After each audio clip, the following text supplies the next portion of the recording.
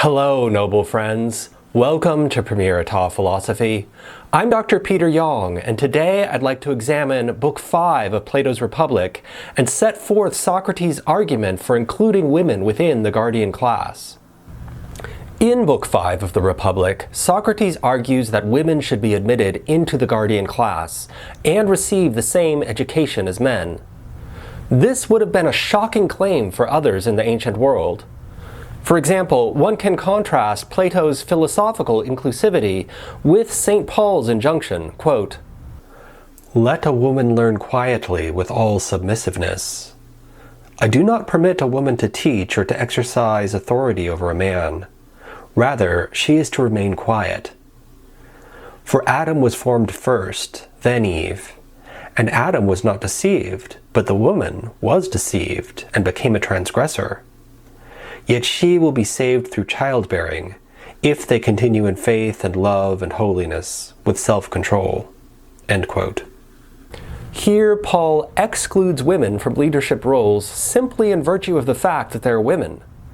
Indeed, he even seems to suggest that men and women are saved in different ways, and that the distinctly feminine soteriological path is one of childbearing. Socrates' contention that women should be admitted into the guardian class stands in marked contrast to such a perspective.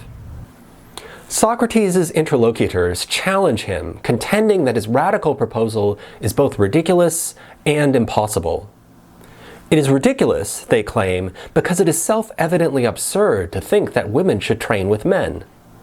The Greeks trained naked, so they found a scenario in which men and women trained together to be thoroughly outrageous. And they claim that the proposal is impossible in light of the following argument. 1. Men and women have different natures. 2. As argued earlier, those with different natures should pursue different occupations. So, 3. Men and women should pursue different occupations. 4. Men tend to be physically stronger than women. And so, 5. They would make better warriors, and thus constitute the auxiliary class from which the complete guardians are derived. Hence, 6. Since men and women should pursue different occupations, and men are better suited for the guardian class, women should be excluded from the guardian class. Socrates first responds to the claim that his proposal is ridiculous by pointing out that what is judged to be outrageous varies from age to age and culture to culture. He observes, quote, "We should remember that it wasn't very long ago that the Greeks themselves thought it shameful and ridiculous, as the majority of barbarians still do, for even men to be seen naked. And that when the Cretans and then the Lacedaemonians began the gymnastics, the wits of those times could also have ridiculed it all. But I think that, after it was found in practice to be better to strip than to cover up all those parts, then what was ridiculous to the eyes faded away in the face of what argument showed to be the best. This makes it clear that it's foolish to think that anything besides the bad is ridiculous, or to try to raise a laugh at the sight of anything besides what is stupid or bad. Or, putting it another way around, it's foolish to take seriously any standard of what is fine and beautiful other than the good." End quote. Because visceral judgments are based upon custom and the contingencies of culture, not rational argument, they should not deter us from considering the claim that women should be admitted into the guardian class. Socrates then responds to the second argument by pointing out that people's natures should determine their occupations only when their natures have a bearing on the occupation in question. He asks us to consider an argument similar to the one proposed for excluding women from the city. Quote, "We might just as well, it seems, ask ourselves whether the nature of bald or long-haired men are the same or opposite. And when we agree that they are opposite, then if the bald ones are cobblers, we ought to forbid the long-haired ones to be cobblers. And if the long-haired ones are cobblers, we ought to forbid this to the bald ones." End quote. Though we could categorize people into the classes of bald and long-haired, there is nothing about these properties that has a bearing on whether or not one will be a good cobbler. Socrates thus contends that if women are to be excluded from the guardian class on the basis of natural differences between men and women, we must show how those differences are relevant to the work of the guardians, either as auxiliaries or complete guardians. Socrates explains, quote, "Therefore, if the male sex is seen to be different from the female with regard to a particular craft or way of life, we'll say that the relevant one must be assigned to it. But if it's apparent that they differ only in this respect, that the females bear children while the males beget them, we'll say that there has been no kind of proof that women are different from men with respect to what we're talking about, and will continue to believe that our guardians and their wives must have the same way of life." End quote. When surveying various occupations, one must thus show that the difference between bearing and begetting children is relevant to the task in question. Socrates then observes that when selecting people for a craft, it is best to choose those who are well suited to it. Socrates provides some examples as follows, quote, "Is this what you meant by one person being naturally well suited for something and another naturally unsuited? That the one learned it easily and the other with difficulty? That the one, after only a brief period of instruction, was able to find out things for himself, while the other, after much instruction, couldn't even remember what he'd learned? That the body of the one adequately served his thought, while the body of the other opposed his? Are there any other things besides these by which you distinguish those who are naturally well suited for anything from those who are not?" End quote. With these criteria in hand, we see that women, like men, are skilled at various occupations. We will find some women suited to medicine, some to music, and some to war. And further, observes Socrates, quote, "Isn't one woman philosophical or a lover of wisdom, while another hates wisdom? And isn't one spirited and another spiritless?" End quote. And as a result, quote, "One woman may have a guardian nature and another not.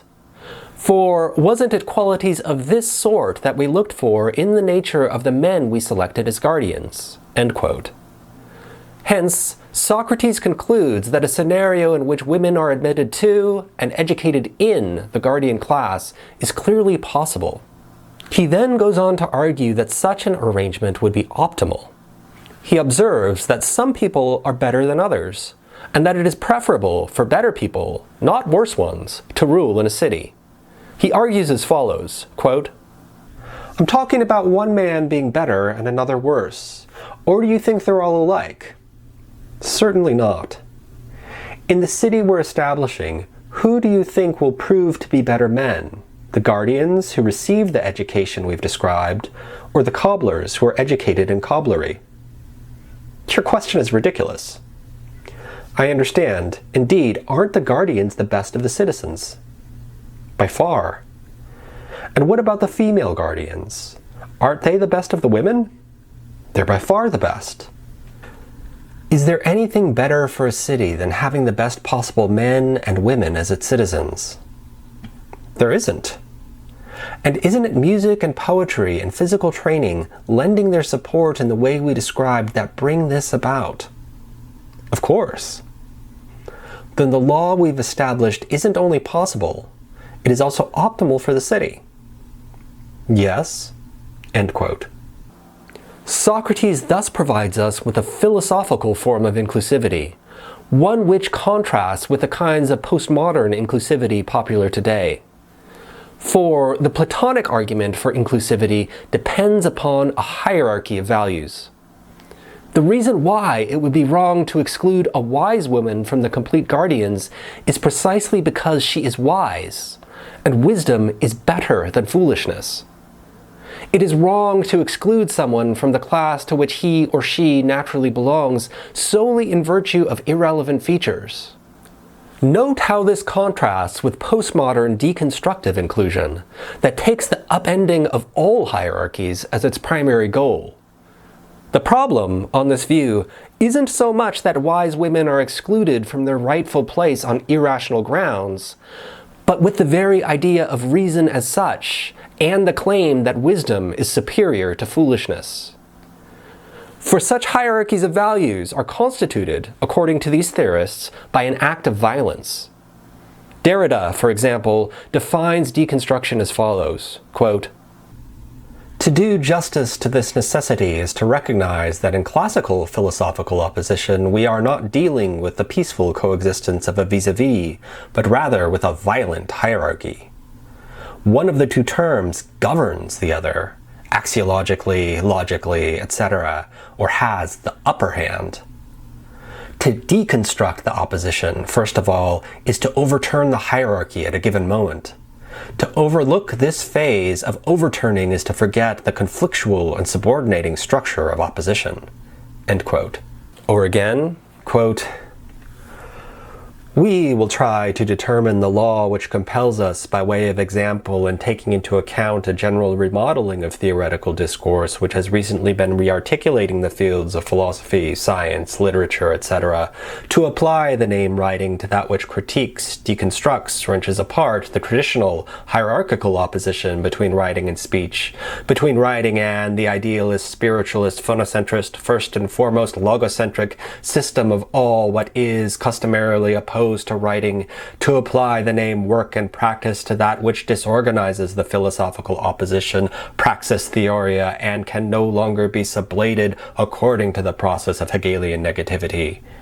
To apply the name unconscious to that which can never have been symmetrical, negative, or potential reservoir of consciousness, to apply the name matter to that which lies outside all classical oppositions and which, provided one takes into account certain theoretical achievements and a certain philosophical deconstruction belonging to a not so distant time, should no longer be able to assume any reassuring form, neither that of a referent, at least if conceived as a real thing or cause, anterior and exterior of a system of general textuality, nor that of a presence of any of its modes, meaning, essence, existence, whether objective or subjective, form, i.e. appearance, content, substance, etc., sensible presence or intelligible presence, not that of a fundamental or totalizing principle, nor even of a last instance.